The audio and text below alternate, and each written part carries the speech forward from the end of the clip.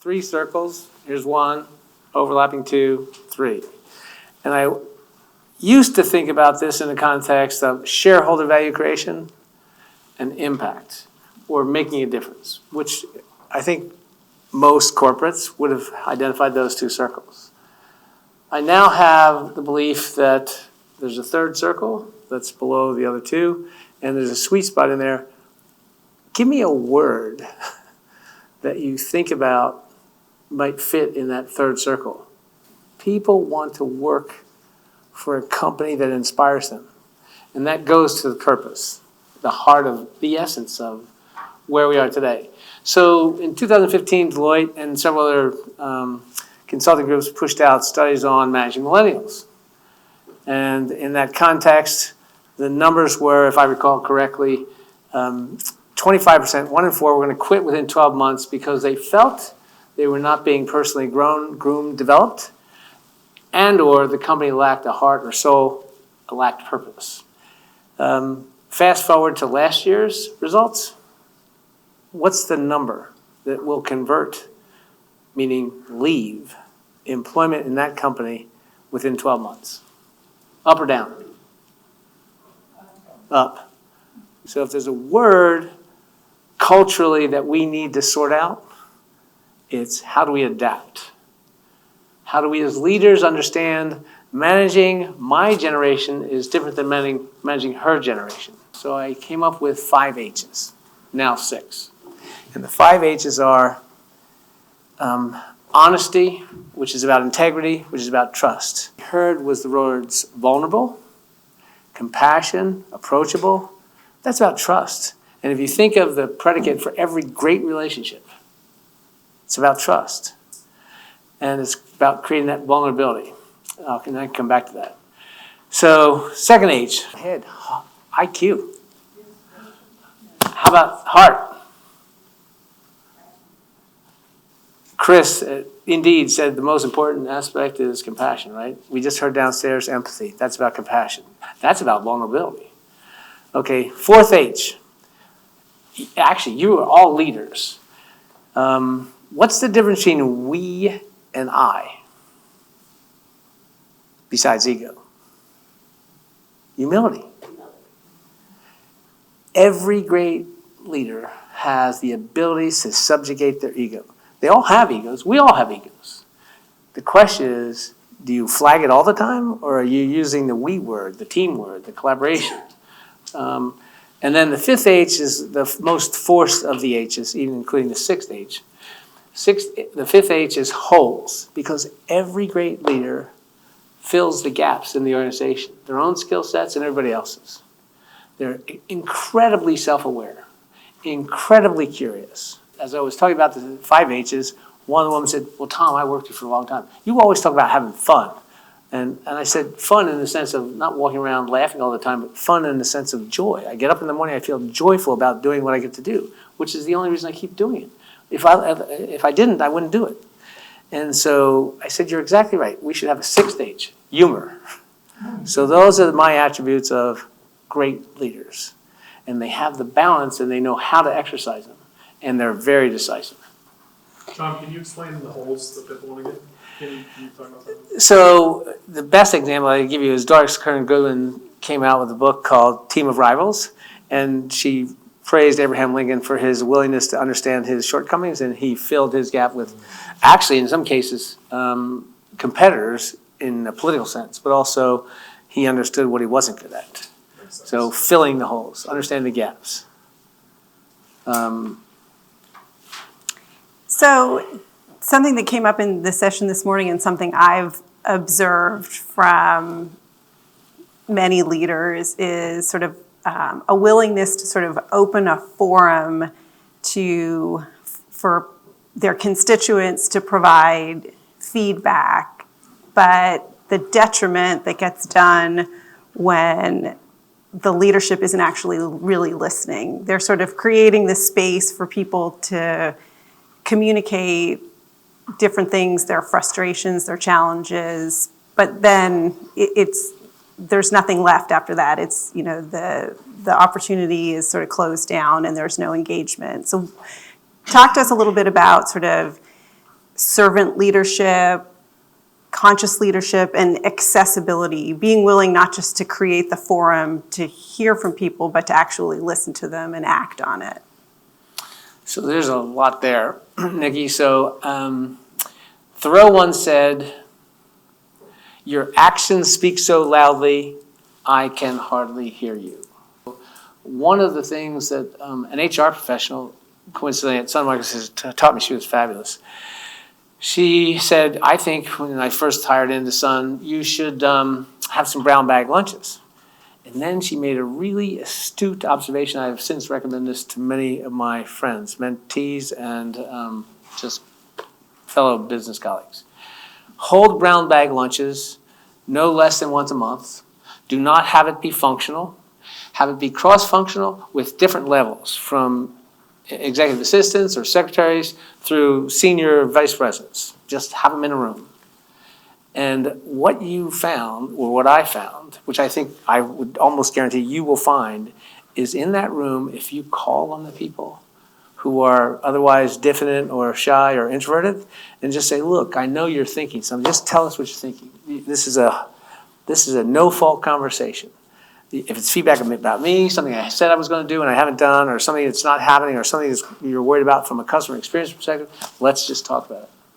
And I found that to be an extremely powerful thing, because so many cross-functional issues were identified, as opposed to if I just had finance people in the room, or just the accounts payable group in the room, or just the engineering group in the room, I would never have had that. And when I went to Dell, one of the things that Mike had already instituted was a customer advocacy forum on Fridays. Now, who was in that forum?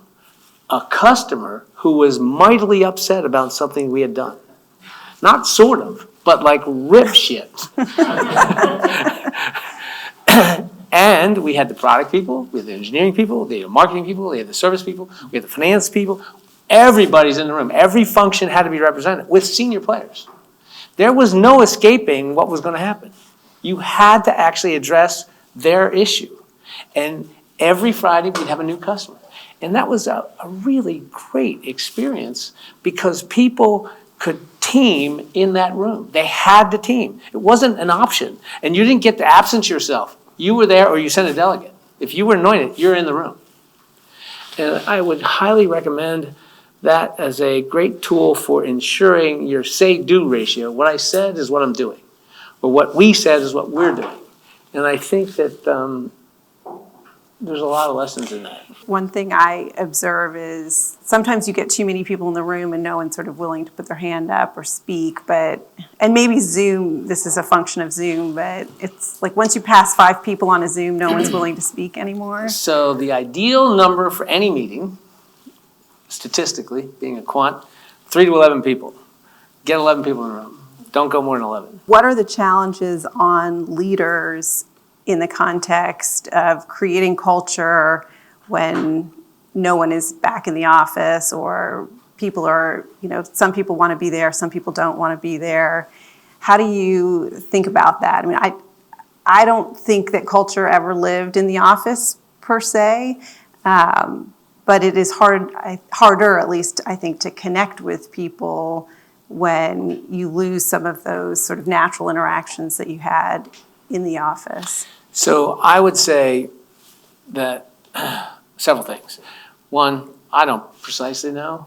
I have some hints as to how this is all going to play out.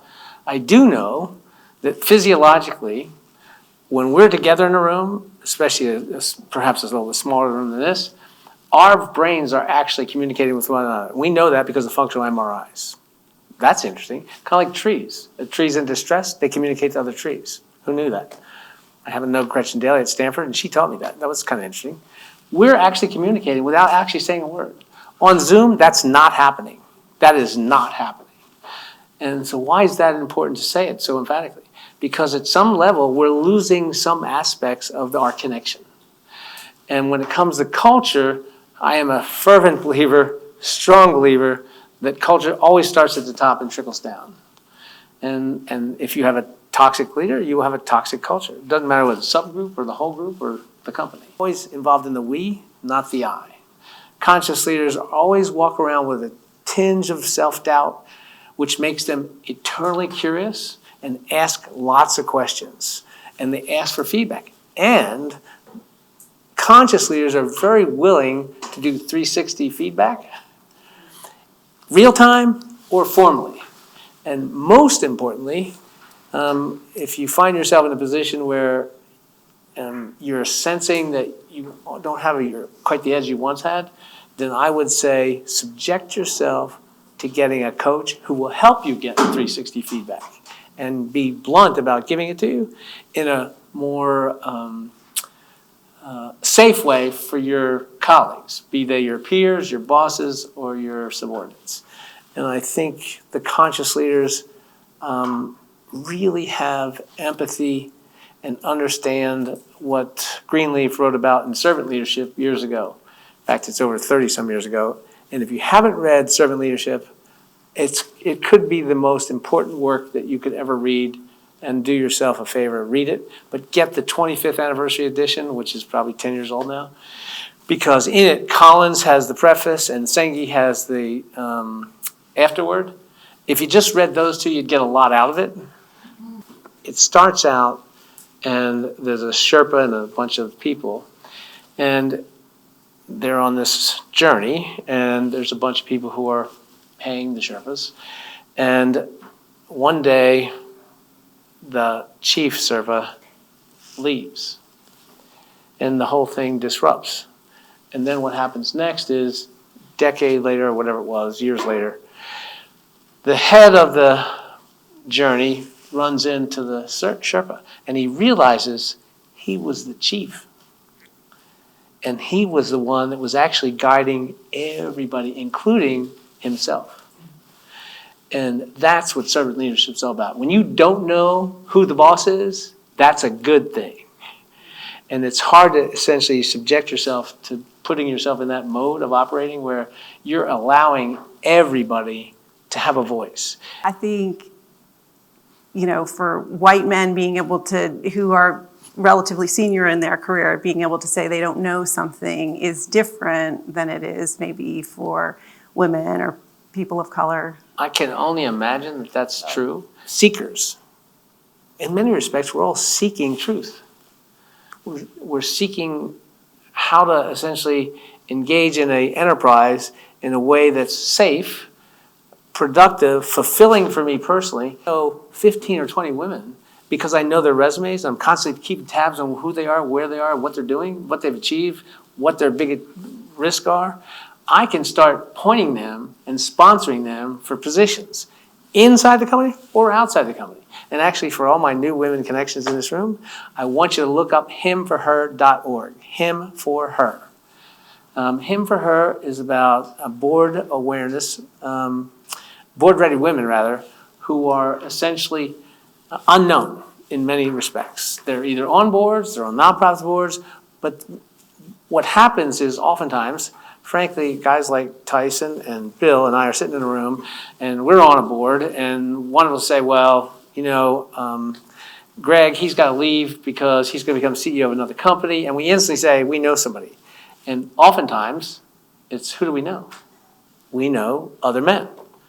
We don't know all these women. So I have personally made it my mission to become aware of board-ready women. And my wife and I, Lynn and I, sponsor and help host dinners where we introduce people who are in positions of influencing board nominations with women who are board-ready. And that doesn't mean you're not already on boards. It means bigger boards, better boards, more interesting boards. Reasonable to expect the very senior-most leadership at a large corporation to be engaged in sponsorship?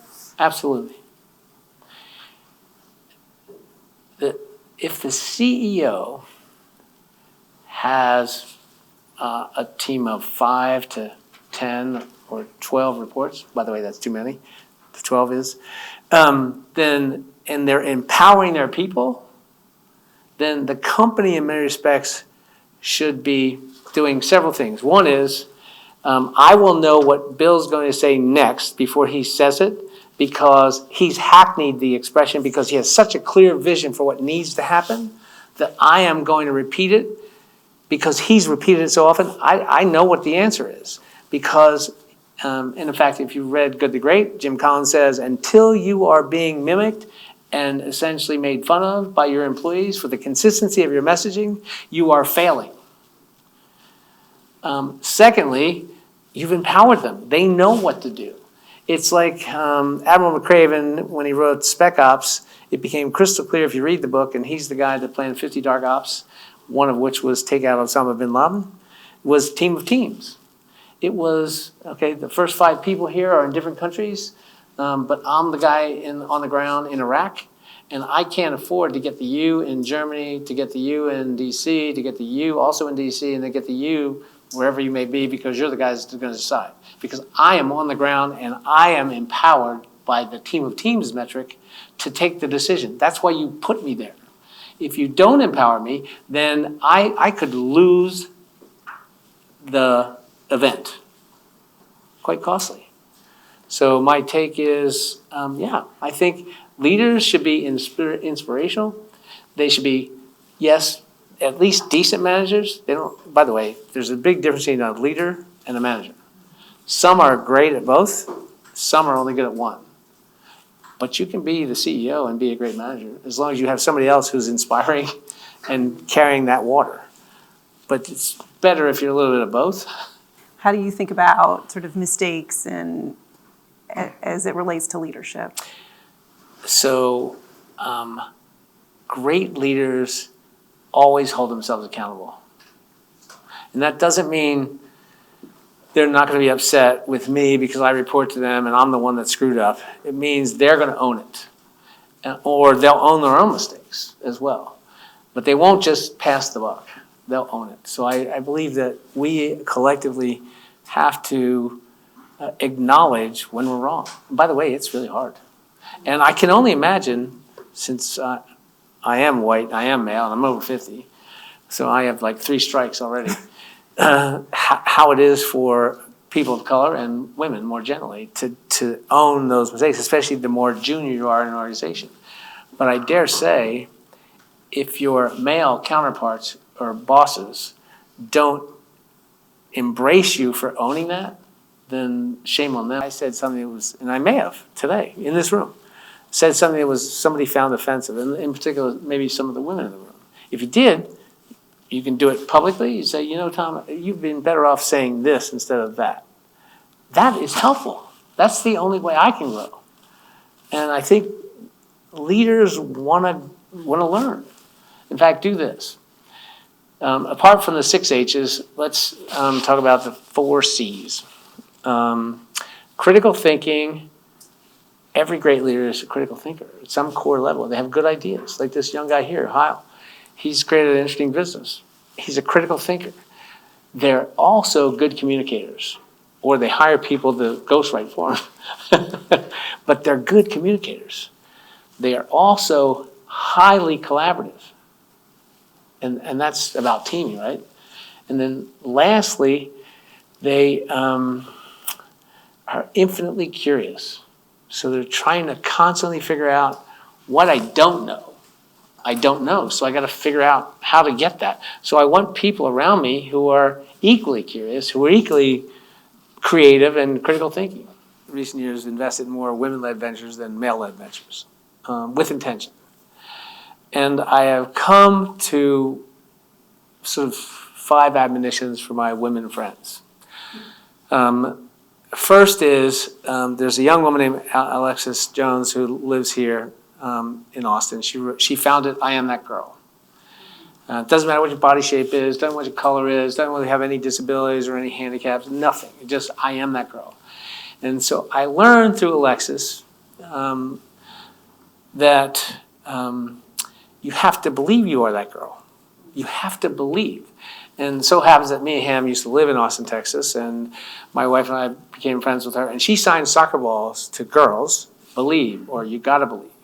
So my first admonition to all the new friends I'm about to invite into my life, you have to believe that you are that girl. You just have to. Never, ever doubt it, not even for a second. It's hard to say that and believe it, but I think you have to do that. especially as women in the workforce. Secondly, you have to be, and I'll come back to this, perfectly unreasonable. You have to, perfectly unreasonable. Thirdly, you have to be appropriately impatient. I'll come back to that. Fourth, as Sheryl Sandberg said, you have to lean in. And fifth, God gave you a voice, use it. And just remind yourself, what do you lose by not asking? Pretty much everything. Pretty much everything. So those are my 5. Now, what do I mean by perfectly unreasonable and appropriately impatient? I'll just do this. You have a slew of data now that would suggest, in no uncertain terms, that you have purchasing power in no uncertain terms, period. As a gender, you take pretty much 70% of every decision to buy or sell something in a family. The only thing you're not doing for us men is picking our cars usually, because you even pick our clothes, more than likely. And so that's interesting. And by the way, that's trillions of dollars in a $16, $17 trillion economy. You also have a slew of data that says if you have a critical mass gender diverse workforce or board, you are more than likely, it's not irrefutable, but more than likely to outperform across every financial metric: return on sales, return on invested capital, return on investment, free cash flow, you pick. Every stat. So all you have to do is talk economics to men. We men, stop talking about fairness and justice. We should be just talking about the data, because economically it's better. That's kind of interesting. So that's an interesting stat, right? Now, here is what really matters. Perfectly unreasonable means the following.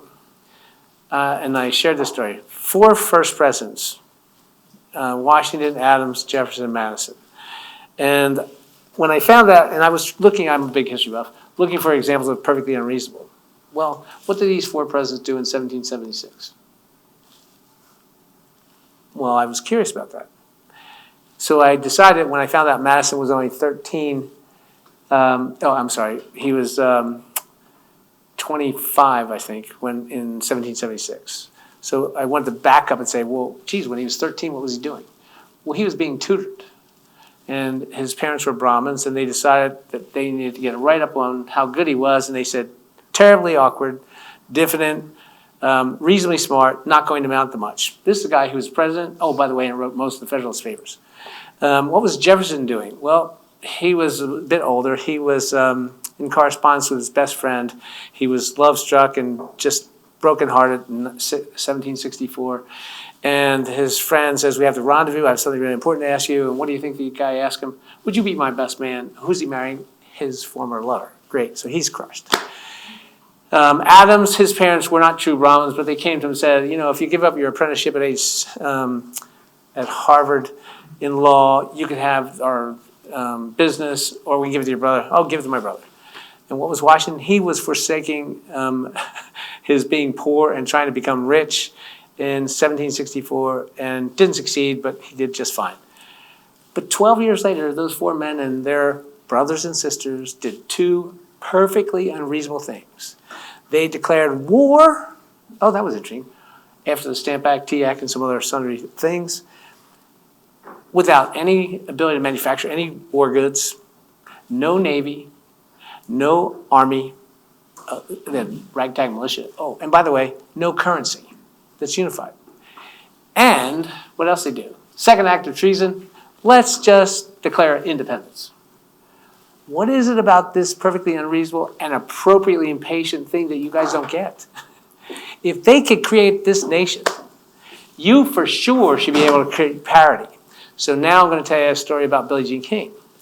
So 3 years ago, our firm hired Billie Jean King Enterprises to help us with diversity. Started with gender diversity, but then we decided to go beyond gender. And so we're in her box for the semifinals, and Serena's playing in the semifinals. And Billie Jean King, Tom, you talk about this all the time.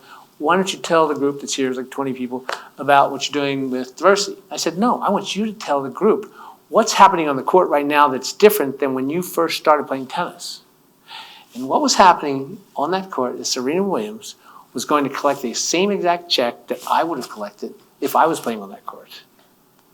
It took the soccer team, some of whom are my friends, for the women's soccer team, this year to get that. She got that because 7 other women and she went on strike. They were appropriately impatient and perfectly unreasonable. And they succeeded because they exercised what power they had. And so my prayer for you is that you use those 5 admonitions. And by the way, that last one in terms of voice, let's just talk equal pay. I used this example with Nicky last week. If she and I are just magically the same age, so I'm a lot younger, and we were just getting out of MBA school or law school, it could be that Google or Facebook or some other big company, IBM, Microsoft, offered us both the same job because they had 6 of them. And what does she do? She accepts the offer. What do? I ask for more. She will, if I had 3,000 more Google shares 10 years ago, she can never possibly catch up, no matter what she wants. She could have asked for more cash because she needed more cash. But she didn't have me telling her, no, take the equity, take the equity. Most of your career, you're either too young or you're too old, and it's that has to change. Well, I'm glad to hear they are going to change. Yes, It's a great yeah. group.